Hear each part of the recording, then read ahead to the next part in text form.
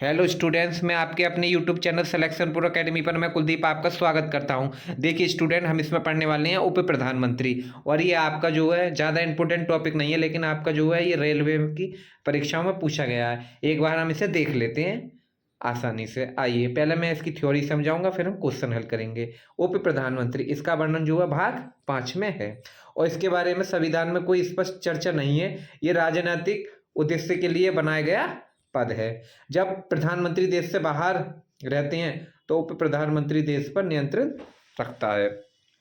जब उप प्रधानमंत्री नहीं रहता तो गृह मंत्री देश पर नियंत्रण रखता है। इस पॉइंट को अभी आप याद रखना। अब तक 7 उप प्रधानमंत्री बने हैं। पहले कौन बने थे?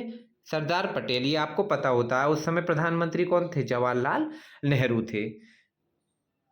और फिर बाद में बने थे मोरारजी देसाई। फिर उस समय प्रधानमंत्री कौन थी? इंदिरा गांधी, मतलब इनकी बेटी थी जवाहरलाल नेहरू की। अब मोरारजी देसाई के बाद चौधरी चरण सिंह बनाए थे। क्योंकि प्रधानमंत्री को अगर आपने देखा होगा टॉपिक को, तो ये तो आपको आसानी से याद हो जाएंगे, क्योंकि मोरारजी देसाई के बाद चौधरी चरण सिंह आए थे प्रधानमंत्री पद के लिए। तो ये उप प्रधानमंत्री भी रहे थे, चौधरी चरण सिंह। और प्रधानमंत्री कौन थे? मोरारजी देसाई थे उस समय। अब जगजीवन राव चौथे स्थान पर क्यों रखे गए? तो यहाँ से पकड़ेंगे। राम राम कितने भाई थे? 4 भाई थे। और मोरारजी देसाई प्रधानमंत्री थे उस समय। और वीवी चौहान 5वें स्थान पर क्यों रखे गए? देखो वीवी चौहान में 5 अक्षर हैं, तो इसलिए 5वें स्थान पर रखे गए। चौधरी चरण सिंह उस समय प्रधानमंत्री थे स्टूडेंट। और देवीलाल 6ठे स्थान पर क्यों रखे गए? क्योंकि देवीलाल की जो हाइट थी वो 6 फुट थी। और विश्वनाथ प्रताप सिंह और चंद्रशेखर उस समय जो थे वो प्रधानमंत्री थे स्टूडेंट। और लाल कृष्ण आडवाणी उप प्रधानमंत्री बने। फिर प्रधानमंत्री कौन थे? अटल बिहारी वाजपेयी, क्योंकि ये दोनों आपस में मित्र थे।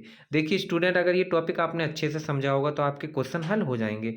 भारतीय संविधान में निम्नलिखित में से किस पद का उल्लेख नहीं है? तो इसका आंसर हो जाएगा आपका उप प्रधानमंत्री का। उप प्रधानमंत्री पद की व्यवस्था राजनीतिक व्यवस्था को कमजोर करती है।